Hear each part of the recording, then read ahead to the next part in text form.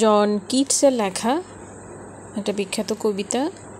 ওর অনেক গ্রিসিয়ান আর্ট, প্রাচীন গ্রিসের পাওয়া গিয়েছে এরকম একটা আর্ট এটা, ঠিক আছে। তো এই আর্টের মধ্যে কিছু ছবি আঁকা ছিল, ড্রয়িং ছিল, পেন্টিং ছিল, সেটা নিয়ে কিটস এই কবিতাটা লিখেছেন। কারণ ওইখানে যে পেন্টিংগুলো ছিল, যেমন বিভিন্ন গাছপালা, মানুষ, কেউ বাঁশি বাজাচ্ছে, এরকম নানা রকমের চিত্র ছিল। তো সেই চিত্রগুলো দেখে জন কিটস অনেকটা অ্যাট্রাক্ট হয়েছেন এবং সে মুগ্ধ হয়েছেন, সে ভেবেছেন ওই চিত্রগুলো নিয়ে এবং তারপরে সেই কবিতাটা লিখেছেন। এখন ওই আর্ন সম্পর্কে কবি কী বললেন আমরা সেটা এখানে দেখি। প্রথম লাইনটা হচ্ছে যে দাও স্টিল আনরেভিসড ব্রাইড অফ কোয়েটনেস। এখানে দাও বলতে হচ্ছে এই আর্নকে সে সম্বোধন করেছেন, দাও মানে তুমি। স্টিল মানে হচ্ছে, স্টিল বলতে বোঝাচ্ছে এখানে সাইলেন্ট, যেটা নীরব। আনরাভিসড ব্রাইড বলতে বোঝাচ্ছে আমার একজন ব্রাইড মানে হচ্ছে কি কনে। আনরাভিসড বলতে বোঝাচ্ছে আনটাস্ট, মানে তার হচ্ছে তাকে কেউ স্পর্শ করেনি এরকম। অফ কোয়াইটনেস বলতে বোঝায় একদম নীরবতার। তাহলে নীরবতার কনে হিসেবে হচ্ছে কি সম্বোধন করেছেন। তাহলে প্রথম লাইনটা থেকে না অনেক পরীক্ষাতে হচ্ছে প্রশ্ন আসে যে এইখানে কোন ফিগার অফ স্পিচ আছে। খেয়াল করে, একজন মানুষের সাথে তুলনা করা হয়েছে, ব্রাইডের সাথে, তার মানে এখানে কিন্তু পার্সনিফিকেশন আছে। অ্যাট দ্য সেম টাইম এখানে মেটাফোরও আছে, কারণ সরাসরি একটা বিষয়কে অন্য একটা বিষয়ের সাথে তুলনা করলে সেটা হচ্ছে মেটাফোর হয়ে যায়। আবার যদি সেটা ব্যক্তির সাথে বস্তু করা হয় তখন হচ্ছে কি, তখন এটা হচ্ছে পার্সনিফিকেশন হয়ে যাবে। সো দুইটা ফিগার অফ স্পিচ আছে। তাহলে এখন খেয়াল করো কেন এখানে এই আর্নকে এই এরকমটা বলা হলো যে আনরাভিসড ব্রাইড অফ কোয়াইটনেস কেন বলা হলো। কারণ হচ্ছে এটা হাজার হাজার বছর ধরে এই আর্নটা টিকে আছে। সময় তার কোনো ক্ষতি করতে পারে নাই, সময় তাকে টাচ করতে পারে নাই। সময় টাচ করা মানে কি, সময় কোনো কিছুকে টাচ করা মানে ওইটা সময়ের সাথে সাথে ক্ষয়ে যাবে। কিন্তু আর্ট এটা হচ্ছে কি সময় এটাকে শেষ করতে পারে, এটা অমর হয়ে আছে। এই জন্য কবি হচ্ছে এটা বলছেন যে আনরাভিসড ব্রাইড। আনরাভিসড বলতে আনটাচড, মানে সময় ধারা এটা হচ্ছে কোনোভাবে অ্যাফেক্টেড হয় নাই, এই কথাটা বুঝতে হবে কিন্তু। হ্যাঁ, যেটা হচ্ছে এই আর্টটা হচ্ছে এমন এক ধরনের আর্ট যেটা হচ্ছে কি আনরাভিসড মানে আনটাচড বাই টাইমস ডিকে, সময়ের সাথে সাথে কোনো কিছু যে ক্ষয় হয়ে যায় সেটা এই আর্নের হয় নাই, সেজন্য সেটা বলছেন।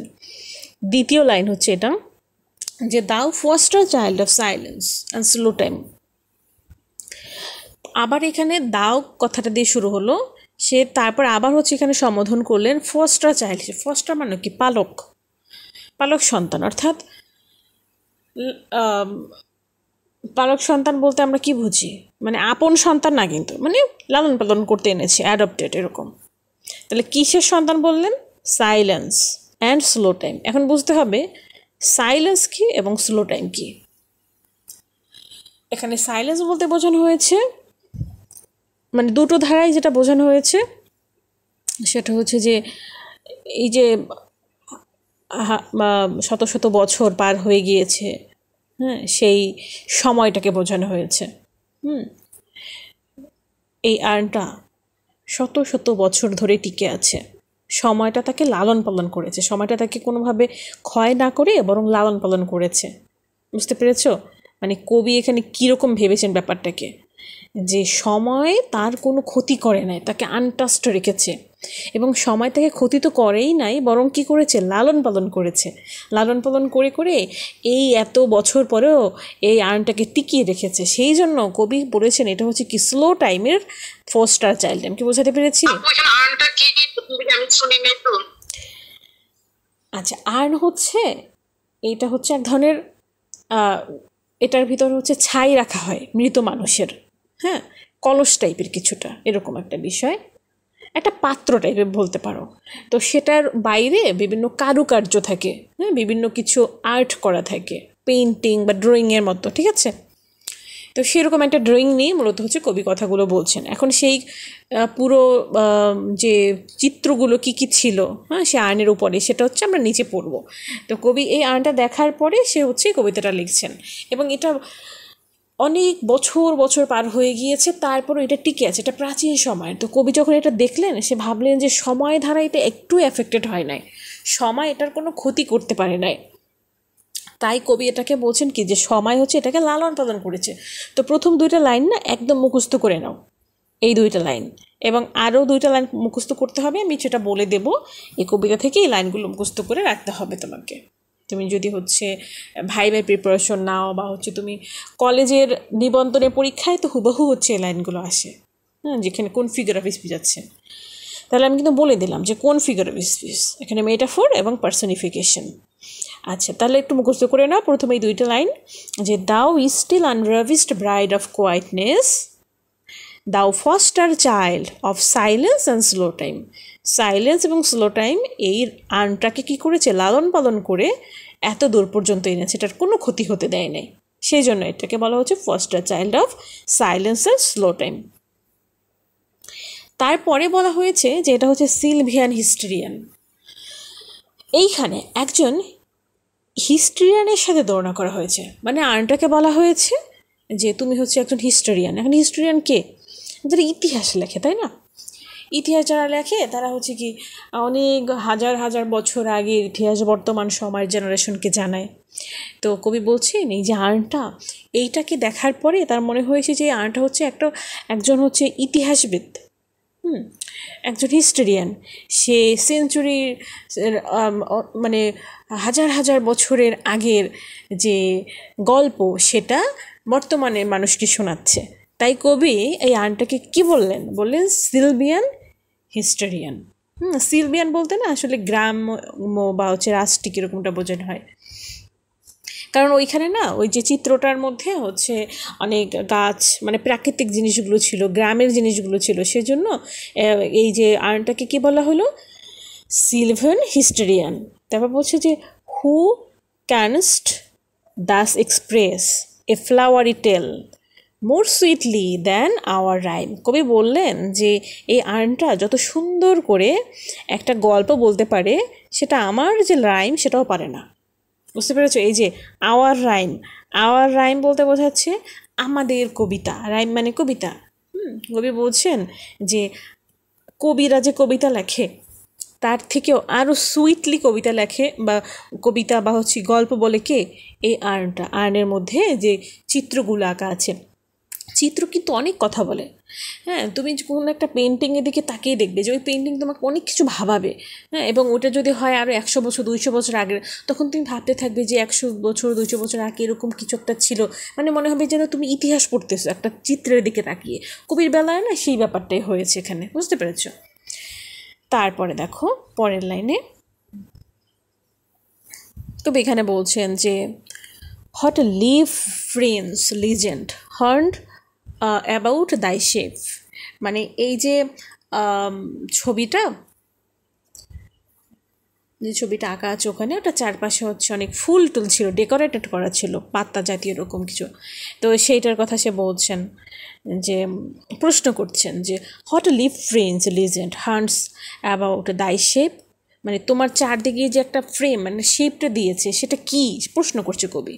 হ্যাঁ, ইয়ের মানে কিডস কোয়েশ্চেন্স যে stories depicted in the earn, মানে ওখানে যে ডেকোরেটেড করা যে ছবিগুলো। হ্যাঁ, তো কবি বলছেন যে এটার গল্পটা আসলে কি, এই ছবিগুলোর তো একটা অবশ্যই একটা গল্প আছে, সেই গল্পটা কি, কবি সেটা জানতে চাচ্ছেন। যে question the stories depicted on the earn, এই আর্নের উপরে যে ছবিগুলো মানে গল্পটা ডেপিক্টেড আছে সেটা সে কবি এখানে জানতে চাচ্ছেন। হ্যাঁ, এবং পরের লাইন হচ্ছে যে of deities or mortals or both. কবি বলছেন ওখানে যে মানুষের ছবি আছে, ওরা কি কোনো দেবতা নাকি ওরা কোনো মানুষ নাকি ওরা উভয়ই, এটা জানতে চাচ্ছে। যে of deities or mortals or both, কারণ ওইখানে না অনেক মানুষের ছবিও আঁকা ছিল, ঠিক আছে, সেই জন্য কবি এটা বলছেন। তারপর ওখানে আবার টেম্পল ছিল, আর এগুলো কী ছিল, টেম্পল ছিল। তো কবি আবার বলছেন যে in temple or the dales or Arcady. কবি এখানে আবার আস্ক করছেন, kids ask if the scenes depicted temple মানে টেম্প অর আর্কেডি, এখানে কিছু সুন্দর কিছু হচ্ছে এখানে কিছু অঞ্চল বা একটা জায়গা ছিল, ল্যান্ডস্কেপ ছিল, কবি এটা জিজ্ঞেস করছেন। What men or gods are this, what maiden sloth, কবি আবার এখানে প্রশ্ন করছেন। এখানে কিন্তু সেটাই পরপর শুধু প্রশ্নই করে যাবেন। কবি প্রশ্ন করছেন এখানে যে what men or gods are this, ওই আর্নের মধ্যে কিছু ফিগার ছিল, কিছু মানুষের ফিগার ওখানে আঁকা ছিল, এবং কবি আক্স করছেন তাদের সম্পর্কে, asking about the man and god and the reluctant maidens depicted. ওখানে কিছু মেয়েদের ছবি আঁকা ছিল, হ্যাঁ, এবং তাদেরকে দেখে মনে হচ্ছিল যে তারা হচ্ছে অনিচ্ছুক, রিল্যাক্টেন্ট, কোনো একটা কাজ করতে তারা অনিচ্ছুক, যেটা আমরা পরে জানতে পারবো যে কোন ব্যাপারে তারা অনিচ্ছুক ছিল, যে রিল্যাক্টেন্ট মেইডেন্স ডিপিক্টেড। আচ্ছা, এরপরের লাইনে what mad pursued, what struggles to escape. ওই আর্নের মধ্যে যে সিনগুলো ছিল ডাইনামিক কিছু ছিল, মানে সিনগুলোকে দেখে মনে হয় খুব জীবন্ত, যেগুলোকে দেখে জীবন্ত মনে হয় এগুলোকে হচ্ছে বলা হচ্ছে যে ডাইনামিক সিন, হ্যাঁ, a passionate pursued with figures chasing and other resisting, মানে কেউ হচ্ছে তাকে ধাওয়া করছে, হ্যাঁ, মানে মেয়েগুলোকে ধাওয়া করতেছে, এবং হচ্ছে যে মেয়েটা হচ্ছে কী করছে, রেসিস্ট করছে, সে অনিচ্ছুক। দ্য ওয়ার্ড মেড, হ্যাঁ, mad conveys intense emotion, Yeats immortalized on the urn. What pipes or timbrels, what wild ecstasy. কবি এখানে আবার কিছু মিউজিক্যাল ইনস্ট্রুমেন্টের কথা বলেন। এই যে পাইপস এবং টিম্ব্রেলস, এটা হচ্ছে কি বাঁশি, এবং এই যে টিম্ব্রেলস হচ্ছে মিউজিক্যাল কিছু ইনস্ট্রুমেন্ট, এবং এইখানে হচ্ছে বলছেন যে হট ওয়াইল্ড এক্সট্যাসি, বন্য কি বন্য আনন্দ এখানে, হ্যাঁ, এবং এখানে হচ্ছে যে ডায়োনিসাসের সেলিব্রেশনের ব্যাপারটাকে সাজেস্ট করা হয়েছে, এটা মনে রাখবে, যে হচ্ছে যে গডস অফ মিউজিক। এইগুলো প্রথম স্ট্যান্জা এখানে শেষ। পরের স্ট্যান্জা তো এভাবে শুরু হয়েছে, এই লাইনটা মুখস্থ করে রাখতে হবে, এটা একদম টানা মুখস্থ করে রাখবে। Heard melodies are sweet but those unheard are sweeter. পরীক্ষায় সরাসরি প্রশ্ন আসবে যে এই লাইনটা কোন কবি থেকে নেওয়া হয়েছে, খুবই গুরুত্বপূর্ণ দুটো লাইন। এখানে বলছে কি যে আমরা যে গানগুলো শুনতে পাই সে গানগুলো অবশ্যই সুইট, খুব মিষ্টি গান। হার্ড মেলোডিস, মেলোডিস মানে হচ্ছে গান, কিন্তু যে গানগুলো আমরা শুনতে পাই না, যেগুলো শুধু অনুভব করি, সেগুলো আরও সুইট। তাহলে যে গানগুলো আমরা শুনি না, আনহার্ড যেগুলো, সেগুলো হচ্ছে কি মোর সুইট। এটা মুখস্থ করে রাখো, heard melodies are sweet but those unheard are sweeter. Therefore, ye soft pipes play on. কবি বলছেন এখানে কি কন্ট্রাস্ট করলেন, Keats contrast real music which is temporal, যেটা সত্যিকার বাস্তব যে গান সেটা কেমন হয়, এই গাওয়া হলো, গাওয়ার পরে কি সেটা হচ্ছে কি বিলীন হয়ে যায়, সেটা টেম্পোরাল। কিন্তু ওই আর্নের মধ্যে যে একটা ছবি, সে হচ্ছে বাঁশি বাজাচ্ছে, মনে হচ্ছে সে গান গাইছে, ছবিটার দিকে আমরা যখনই তাকাবো তখনই মনে হবে যে এই ছবিটার মধ্যে কিছু একটা মানে মিউজিক ব্যাপার চলছে, ওটা থামবেই না, হ্যাঁ। তো সেটা হচ্ছে কবি বলছেন যে সেটা হচ্ছে ইটারনাল, এবং ওই গানটা হচ্ছে কি কানে শোনা যায় না, তবে হচ্ছে কি মনের যে হচ্ছে মন থেকে ওটাকে হচ্ছে শোনা যায়। Keats encourages the urn silent pipes to play on. ওখানে যে একটা বাঁশিটাকে সে বলছেন যে ওটা হচ্ছে বেজেই যাচ্ছে, হ্যাঁ, মানে তার মধ্যে যে ইমাজিন্ড মিউজিক সেইটার কথা সে এখানে বলছেন। আচ্ছা, এরপর হচ্ছে যে not to the sensual year but more endeared pipe to the spirit deities of no tone. কবি এখানে বলছেন যে not to the sensual ear urn music appeals not to the physical ear but to the minds or soul making it more cherished. কবি বলছেন যে এটা হচ্ছে আমাদের যে ফিজিক্যাল যে এয়ার, সেটা দিয়ে তো আমরা হচ্ছে এই গানটাকে শুনতে পারবো না। তাহলে আমাদের কী করতে হবে? মন দিয়ে হচ্ছে এটাকে শুনতে হবে, মনের যে কান দিয়ে হচ্ছে এটাকে শুনতে হবে। কবি এটা হচ্ছে এখানে বলছেন।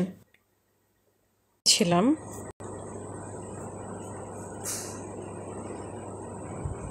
কবি এখানে বলছেন যেখানে fair youth beneath the trees thou canst not live the song nor ever can those trees be bare। এখানে একটা গাছ, এই গাছের নিচে বসে একটা হচ্ছে ছেলে, সে বাঁশি বাজাচ্ছে এবং ওই গাছের অনেকগুলো পাতা। এখন ওই পাতা কি কোনো দিন ঝরে পড়বে? গাছের পাতা কোনো দিন কিন্তু ঝরে পড়বে না। খুব ওটাই বলছেন যে এই গাছের পাতা কোনো দিনই ঝরে পড়বে না এবং গাছটা কখনোই পাতা শূন্য হবে না। তাহলে হচ্ছে কি ওই ছবির মধ্যে যেগুলো আছে সব কিছু হচ্ছে কি এটার্নাল, ওগুলোর কোনো ক্ষয় নাই। তারপর সে আবার বললেন, ওখানে আবার বোল্ড লাভারের একটা ছবি ছিল, একজন প্রেমিকের ছবি ছিল। তো তাকে সম্বোধন করে সে বলছেন যে বোল্ড লাভার, হ্যাঁ, never never ক্যানস্ট thou kiss though winning near the goal yet do not grieve she cannot fade though she hast not thy bliss.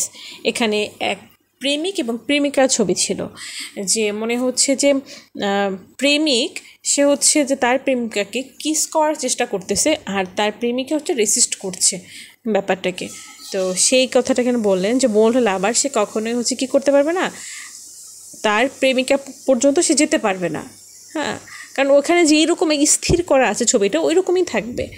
হ্যাঁ, সে তো হচ্ছে ওখানে মুভমেন্ট করতে পারবে না, সেই ব্যাপারটা হচ্ছে এখানে বলা হয়েছে।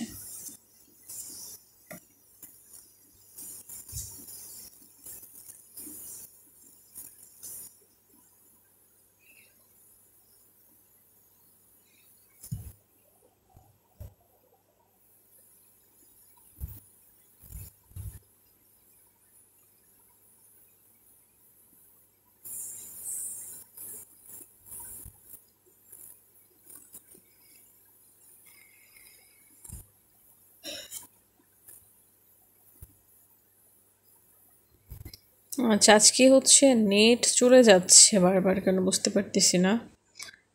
আচ্ছা, তাহলে এই যে স্ট্রেঞ্জাটা বললাম, এই স্ট্রেঞ্জায় যে কথাগুলো আছে সেটা একটু আমাদেরকে বুঝতে হবে, যে কোন কোন ছবির কথা হচ্ছে এখানে বলা হলো।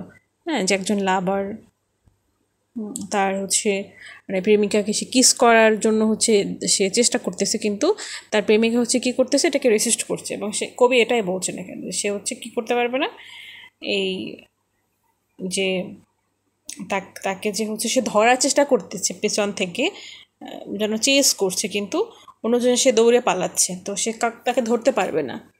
সেই কথাটা হচ্ছে এখানে বলেছে। আচ্ছা, এরপরে এটা দেখো,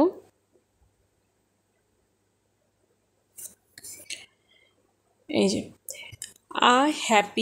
happy boss that cannot shed your lips nor ever beat the spring adieu, happy melodies unworried forever piping songs forever new। ওখানে বসন্ত ঋতু বিরাজমান ওই ছবির উপরে।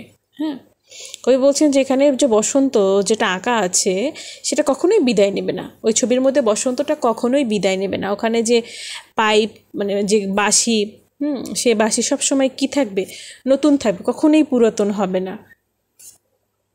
মোর happy love for ever warm and still to be enjoyed. এবং এটা হচ্ছে কি সবসময় কি থাকবে, এটা হচ্ছে ওয়ার্ম থাকবে, উষ্ণ থাকবে এবং সবসময় এটা আরও এনজয়েবল হবে। For ever panting and for ever youngs, সেটা সবসময় হচ্ছে কি থাকবে, এভার ইয়াংস থাকবে। All breathing human passion far above that leaves আর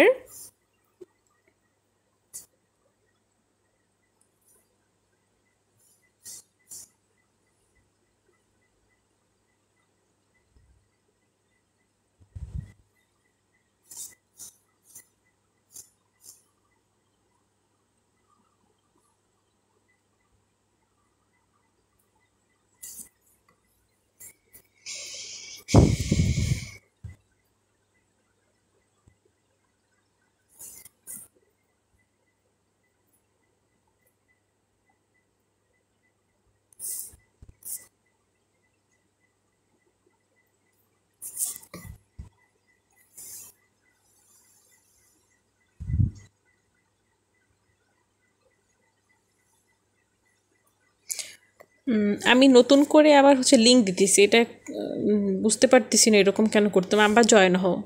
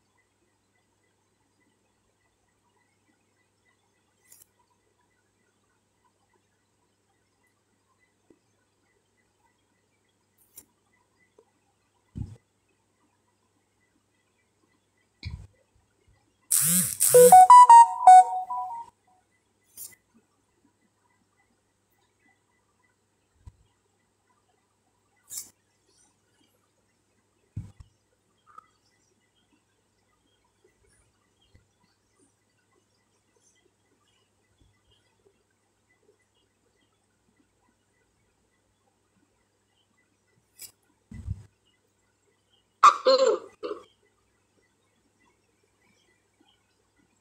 হ্যাঁ, বলো। আপু আজকে আমার জয়েন হতে লেট হয়ে গেছিল, এটা রেকর্ড কি পাবো আপু? হ্যাঁ, শুরু থেকে রেকর্ড আছে। আচ্ছা, থ্যাংক ইউ।